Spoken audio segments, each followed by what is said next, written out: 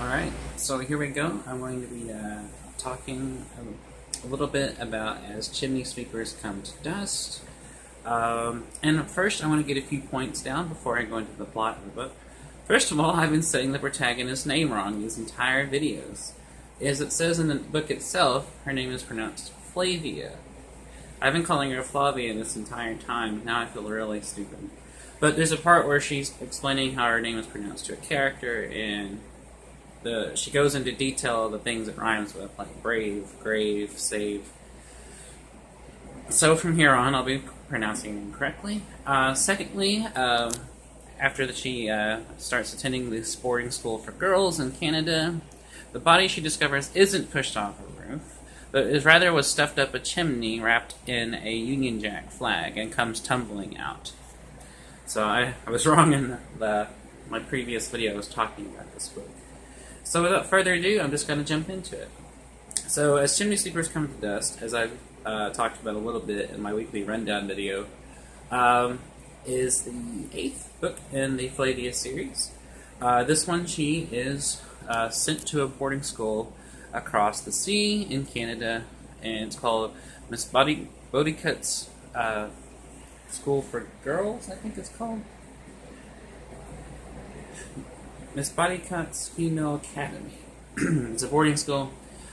She has a room to herself. All the other girls are jealous because they have to share rooms.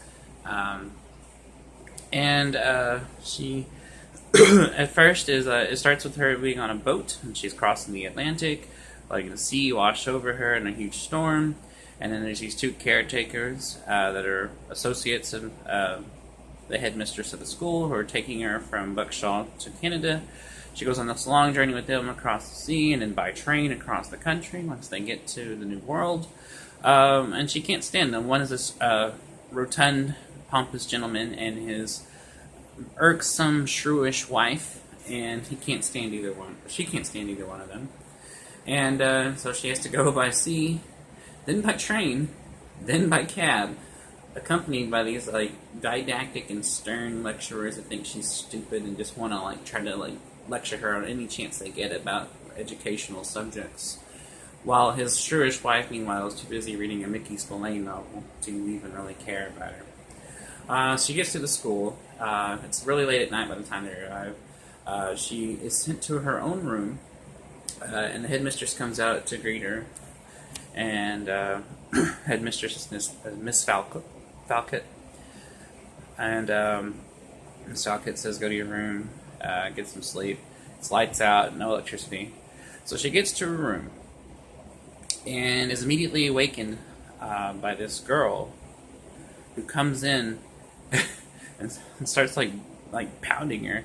And she's like, how could you do this to me? And Flavia's like, what are you talking about? She's like, oh, you're a new girl. I thought you were this girl I don't like. And then because she had turned on the electric light rather than use a candle, the headmistress starts coming in. Well, the girl Flavia meets tries to find a hiding space, so she jumps into the hearth, and tries to kind of wedge herself up the chimney a little bit. Well, long story short, the girl and the corpse of another girl fall out of the chimney. And the other girl had been up the chimney for quite some time, to the point where she's already well decomposed, is skeletal, and her skull rolls out. Well, the next day the police are summoned. Flavia is immediately taken with the inspector, the head detective, who reminds her of the head of police detective in the other books in the series that, she's quite chummy with and has kind of this sly rapport with. And like him, she has a sly rapport with this detective, and she already is just wait till they see my famous problem-solving skills and find out that cadavers are my specialty kind of thing. Okay, so moving on from there, Flavia is assigned a girl to kind of show her around named Van Ark, I think. Everybody uses their certain names. Van Ark's this kind of wisecracking, cigarette-smoking, hipster kind of girl, but she's really cool. And she shows, Flavia the ropes and kind of explains how things are run at the school and kind of how things operate. And meanwhile, the popular crowd loves Flavia. Like, they want to draw her into her own because Flavia's mother, Harriet, was a famous pupil of the school and is still a legendary figure. And so they think, oh, since her mother is legendary, this girl must be the bee's knees. So the popular girls all draw Flavia into their crowd, including having a after lights out party in one of their rooms, wherein they break out the Ouija board, have a fake seance, and Flavia uses this as a way to kind of draw out suspects. Because not only was the body stuffed up the chimney of the girl, but other girls have mysteriously gone missing over period of a few years. I believe there's 4 or 5. Their names are all given. And Flavia thinks that the murderess must be among them, and is quite possibly one of the students themselves, if not the headmistress because she's so cold and stern. Or also, it could possibly be, she thinks, a famous chemist who is teaching chemistry at the high school part of the place, the upper 5th and 6th regions, whereas Flavia is only a 4th region, who was acquitted of murder because of her smart use of chemistry. She was accused of killing her husband using a clever chemical trick, and was acquitted at trial because they had no strong evidence to convict her.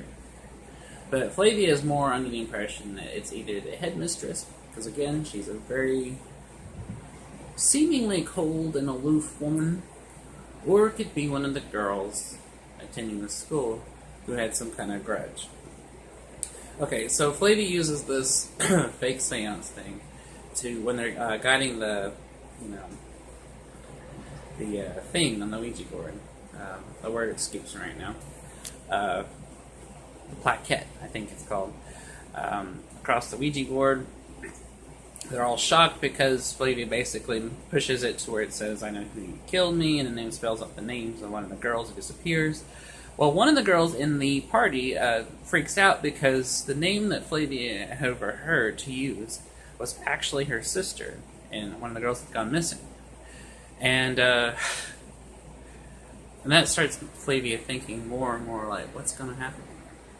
Also, I forgot to mention, once the body was found from the chimney, Flavia had actually found a locket in the pocket of the girl's school uniform on the body. She pockets this quickly before the headmistress sees it, and is now trying to figure out what that is, on top of who the killer is, while also on top of that, trying to keep up with classes and schedules, and trying to just generally fit in into how things work here. While also making friends with the popular girls, the sister of the girl who disappeared, Van Ark, and the girl who, tried to pummel her as soon as she, got there, pretty much. There's also these 2 troublesome girls called Truce and Deuce, who Flavia sees trying to beat up another girl.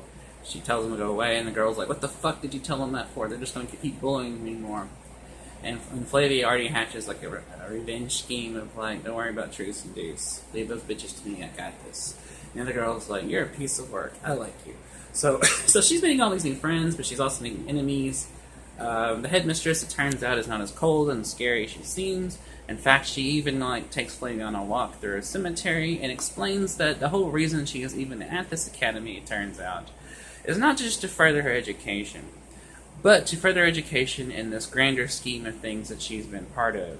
She's basically saying that this school is a front, and this is actually kind of like a spy academy, and Flavia is sent here to further her training in the grander scheme of her espionage kind of thing. Because I was wondering how that was going to come back into this series, since it was established in the last book pretty overtly that she's in the thick of things now. She's a spy now. She's trying to learn her training. So this is the book where she is officially set out to learn what she needs to learn. And it turns out Harriet, Flavia's mother, was also trained here for her espionage missions.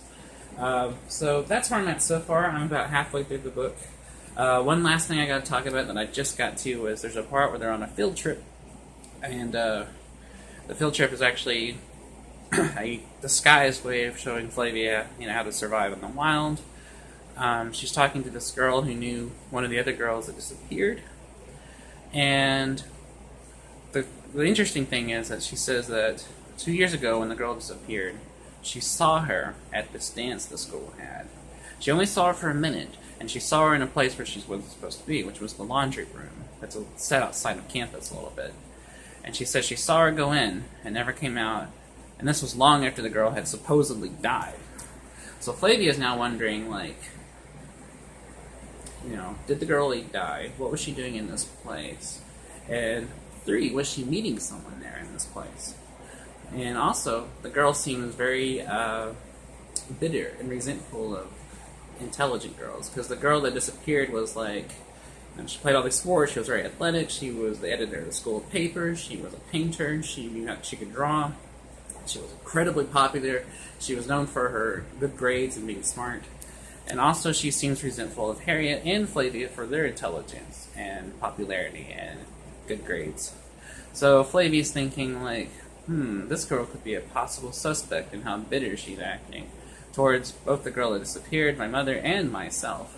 So, you know, in the chapter that I just finished, which is where I'm at now in the book, ends with the girl quietly whispering into Flavia's ear that the popular girl had disappeared because she, quote-unquote, asked too many questions, indicating that Flavia herself is asking too many questions. So it's a convoluted plot. This is actually probably the most going on in any of the books in the series so far. I'm not even like fully through the book, and there's already kind of this labyrinthine kind of plot going on. But everything's picking up. Flavia is now taking advanced chemistry lessons with the acquitted chemistry killer woman, who she looks up to as an idol, but is also terrified of because of, you know, what, her reputation as a murderess who got off scot-free. At the same time, she's thrilled to death because she loves chemistry and she knows a lot about it, and she's now going to learn things that she actually didn't know before. And while still trying to adjust, keep her head down, and the headmistress has also instructed her to seem stupid and dull, to not draw attention.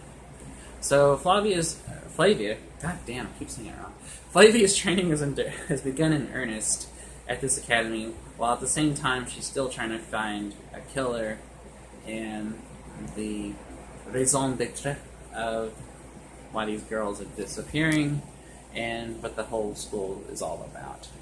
So I'm pretty much halfway through the book, and this is all that's gone on so far.